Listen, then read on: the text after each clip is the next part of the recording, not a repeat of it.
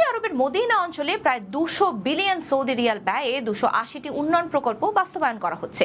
এর মাধ্যমে সরাসরি এবং পরোক্ষভাবে 1,25,000-এরও বেশি কর্মসংস্থানের সুযোগ সৃষ্টি হবে বলে জানানো হয়েছে মদিনা চেম্বার অব কমার্সের এক প্রতিবেদনে।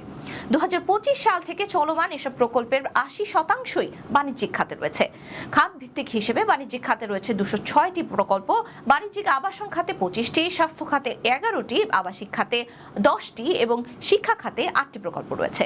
এছাড়া ধর্মীয় খাতে 5টি, পর্যটন খাতে 4টি, সরকারি সুবিধা অবকাঠামোয় 6টি, কর্পোরেট খাতে 3টি এবং বিনোদন ও কৃষি খাতে 1টি করে প্রকল্প রয়েছে। এসব প্রকল্পের অন্যতম লক্ষ্য হলো নগর অবকাঠামো এবং জনসেবার মান উন্নয়ন করা, সেই সাথে ক্রমবর্ধমান হজ, উমরা এবং পর্যটনার্থীদের চাহিদা পূরণ করা। সৌদি আরবের 2030 ভিশনের সঙ্গে সামঞ্জস্য রেখে 2030 সালের মধ্যে বছরে 3 কোটি দর্শনার্থী গ্রহণের লক্ষ্য পূরণেও এসব প্রকল্প গুরুত্বপূর্ণ ভূমিকা পালন করবে বলে মনে করা হচ্ছে।